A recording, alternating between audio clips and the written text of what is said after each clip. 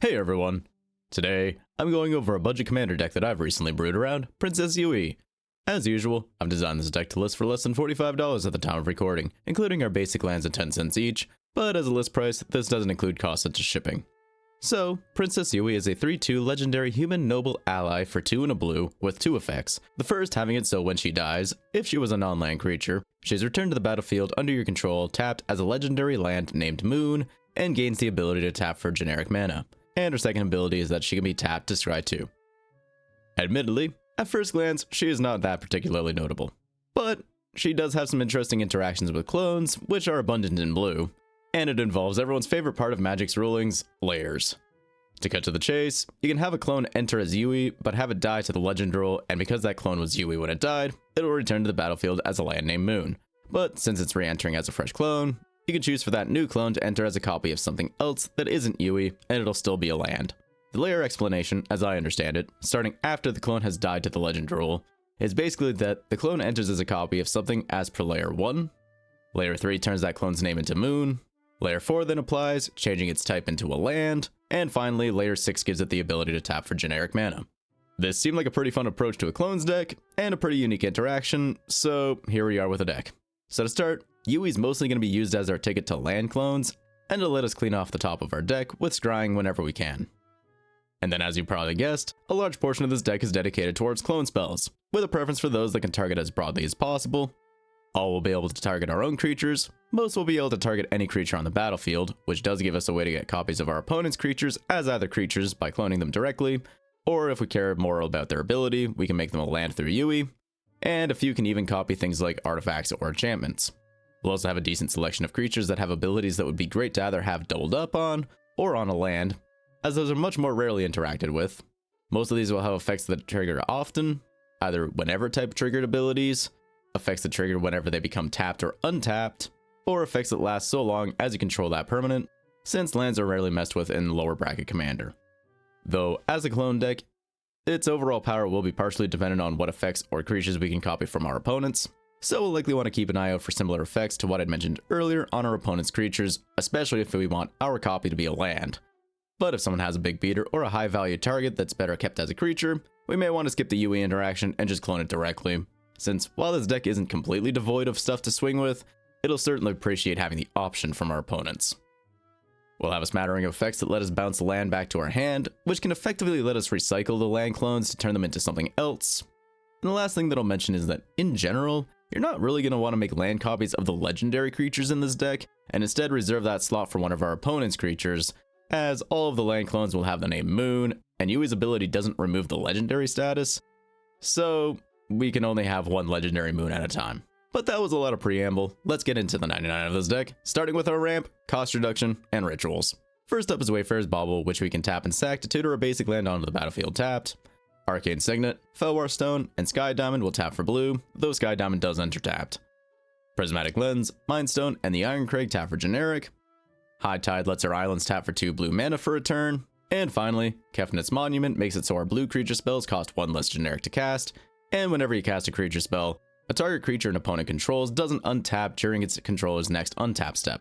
But now let's move on to our pile of clones. Starting with our most restrictive clones, we have Mirror Image, Visage Bandit, and Waxen Shape Thief, each of which can enter as a copy of a creature we control. Visage Bandit can also be plotted to cast it at a later turn but for a lower mana cost, and the Shape Thief can also copy an artifact we control. Now given that these can only target our permanents, they are likely the first clones I'd be looking to replace if I'm upgrading this part of the deck. Moving on though, Clever Impersonator can enter as a copy of any non-land permanent on the battlefield. Phyrexian Metamorph can enter as a copy of any artifact or creature on the battlefield. Vizier of Many Faces can enter as a copy of any creature on the battlefield, but can also be embalmed to get it out of the grave at some point if it does wind up there. Machine's God Effigy can enter as a copy of any creature on the battlefield, but is an artifact and can tap for blue mana. Clone simply enters as a copy of any creature on the battlefield. Mirror Hall Mimic can enter as a copy of any creature on the battlefield, and it's also a spirit, and it can be cast from the graveyard transformed for its disturb cost as Ghostly Mimicry, which enchants a creature and makes a copy of that enchanting creature at the beginning of your upkeep, though if the aura enters the graveyard from anywhere, it gets exiled instead. Undercover Operative can enter as a copy of any creature on the battlefield, but if that copied creature is yours, it enters with a shield counter. Gigantoplasm also copies any creature on the battlefield, but has an X cost ability that gives that creature base power and toughness X. Copy Crook enters as a copy of any creature on the battlefield, but whenever that clone attacks, it connives. Naga Fleshcrafter can enter as a copy of any creature on the battlefield, but it also has a renew cost, letting you exile Fleshcrafter from your graveyard to put a +1/+1 counter on a non-legendary creature you control, and then each of your other creatures becomes a copy of that creature until the end of the turn, though this can only be done at sorcery speed. Synth Infiltrator and Omni Changeling enter as a copy of any creature on the battlefield, though the former does have the copy be an artifact creature, and the latter gives the copy Changeling. And each has a way to reduce the cost, the former having Improvise, letting you use your artifacts to help cast it, and the latter with Convoke, using our creatures to help pay for it. Vesuvian Shapeshifter becomes a copy of another creature on the battlefield whenever it enters or is turned face up, but the copy lets you choose to turn it face down at the beginning of your upkeep, while the spell also has Morph, letting you cast it face down as a 2/2 creature for 3, and then it can be turned face up for its Morph cost, but that Morph cost would also apply if you had chosen to turn it face down at the beginning of one of your upkeeps. And I'll wrap up this section with a couple of odd clones. First is Mirage Mirror, which honestly is a generally fun card, and I feel like I should slot it into more decks. But it's a 3-mana artifact that, for 2 mana, it can become a copy of a target artifact, creature, enchantment, or land until the end of the turn. And the other is Blade of Shared Souls, which lets you have the equipped creature become a copy of another target creature you control, which could let us turn the actual bona fide non-clone version of a creature we control into a land version of itself by having it become a copy of Yue.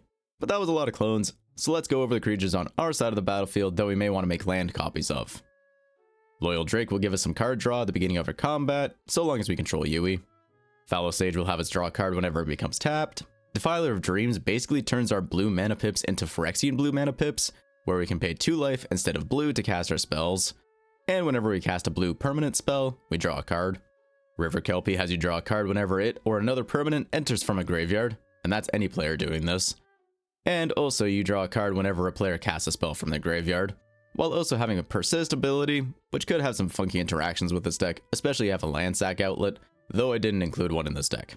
Arbiter of the Ideal has you reveal the top card of your library whenever it becomes untapped, and if that card's a creature, artifact, or land, you can put it onto the battlefield with a manifestation counter on it, and that permanent is an enchantment along with its other types. Mechan Navigator has you draw a card and then discard a card whenever it becomes tapped. Pestered Wellguard makes a 1/1 Dimir Fairy creature token with flying whenever it becomes tapped. Nanoform Sentinel untaps another target permanent whenever it becomes tapped, though only once per turn. Surge Spanner lets you pay 1 and a blue whenever it becomes tapped to return a target permanent to its owner's hand, useful as interaction, or it could be used as a way to recycle a clone, and as a land version of itself, we could technically tap it to pay for the generic part of this ability. Homunculus Horde makes a copy of itself whenever you draw your second card for turn, and notably through Rule 700.7, which I'll have in the description, a land version of this card will still make the copies, despite the card's text rating this creature, though if I understand it correctly, the copies of the land version will still be creatures and not lands. Kitesail Larcenist has it so, for each player, you choose up to 1 other target artifact or creature that player controls, and for as long as Kitesail Larcenist is on the battlefield, those chosen permanents become treasure artifacts and lose all of their abilities. And then land versions of Mind Flayer might be a little bit dirty, since what's better than making a copy of your opponent's creatures other than just taking those creatures for yourself? As when Mind Flayer enters, you gain control of a target creature for as long as you control Mind Flayer, though this might make some people rather salty, especially if it was a land version that you use to take their stuff and they have no land removal. But speaking on inducing potential salt, the last card I'd like to mention here is Hullbreaker Horror, a 7/8 that can't be countered, and whenever you cast a spell, you can choose up to 1 of its 2 effects, either bouncing a spell you don't control to its owner's hand, or returning a target non-land permanent to its owner's hand. Get a couple of land versions of this, and I can imagine a good few tables will be at least mildly peeved.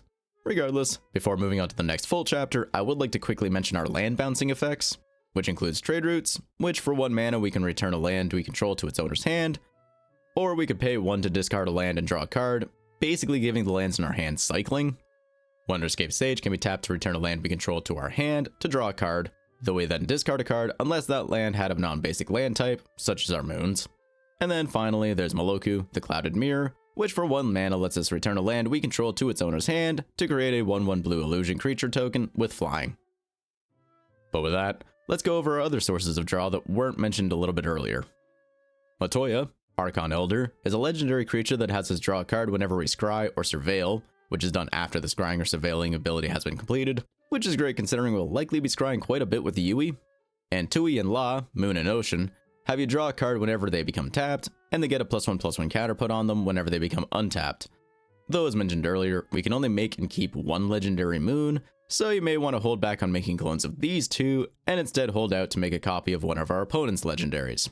Waterbending Scroll is an artifact that, for a base cost of 6 and tapping it, lets you draw a card, though that activated ability costs 1 less generic to activate for each island you control. Insight Engine has you pay 2 and tap it to put a charge counter on it, and then you draw a card for each charge counter on it. It's a bit slow to start, but after a few rounds, you could be drawing quite a bit. And since we'll theoretically have a decent few extra lands through our clones, we have some X cost draw spells with Pull from Tomorrow, having you draw X and then discard 1, Diviner's Portent, having you roll a d20 and then add the number of cards in your hand, and if the result is between 1 and 14, you draw X cards, and at 15 plus, you scry X and then draw X cards. And Commander's Insight has you draw X cards, plus an additional card for each time you've cast your commander from the command zone that game. Now let's go over the bulk of our interaction spells. Starting with some counter spells, there's an Offer You Can't Refuse, as a 1-drop that counters a non-creature spell, though that spell's controller does get 2 treasure tokens for their trouble. Counterspell simply counters a spell for 2 blue. Negate counters a target non-creature spell. Deprive has an additional cost, having you return a land you control to its owner's hand, so another way that we could recycle a clone. And then it has you counter a target spell. And Unwind has you counter a target non-creature spell, but then you untap up to 3 lands. Imprisoned in the Moon is partially here for flavor reasons, but it enchants a creature, land, or planeswalker, and the enchanted permanent is then a colorless land that taps for generic and loses all other card types and abilities. Observe Stasis has Flash, enchants a creature an opponent controls, and removes that creature from combat, making it lose all abilities, and then it can no longer attack or block. And then it also has you draw a card for each tapped creature the enchanted creature's controller controls.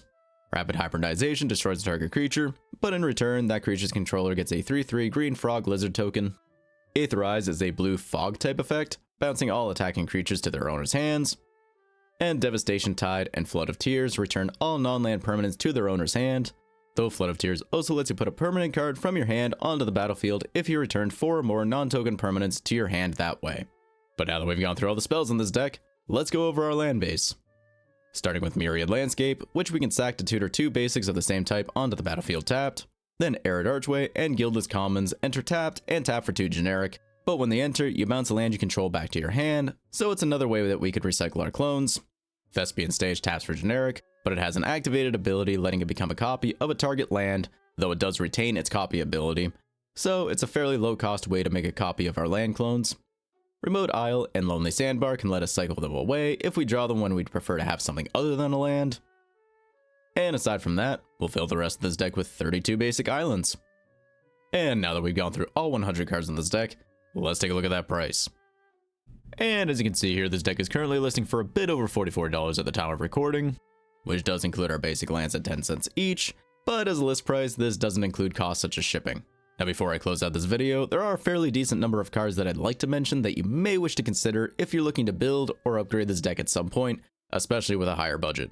For lands, War Room gives us access to draw on a land, and Vesuva can enter the battlefield as a copy of any land on the battlefield.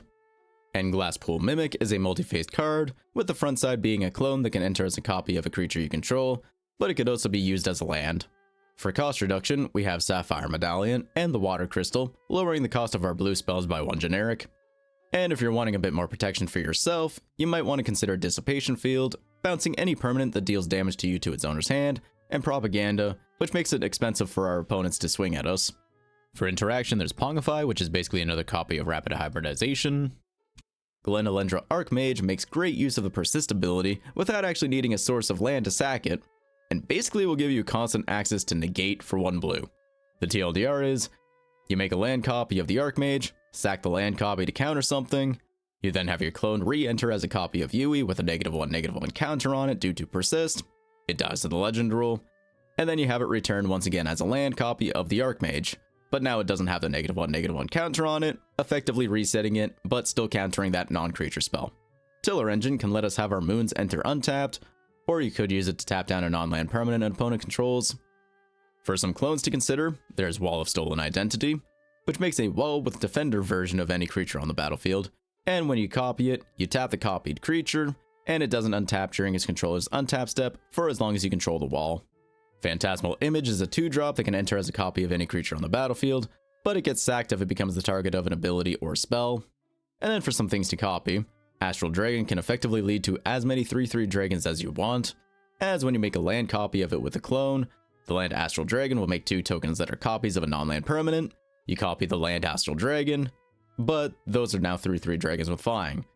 But those token copies, because they're Astral Dragon, will make a further 2 tokens each, which you can then copy the land Astral Dragon to make 2 more tokens, and so on and so forth. Fairy Mastermind could lead to a ton of extra draw, and Royal Elemental is an even meaner version of Mind Flayer, as we can steal even more creatures with it.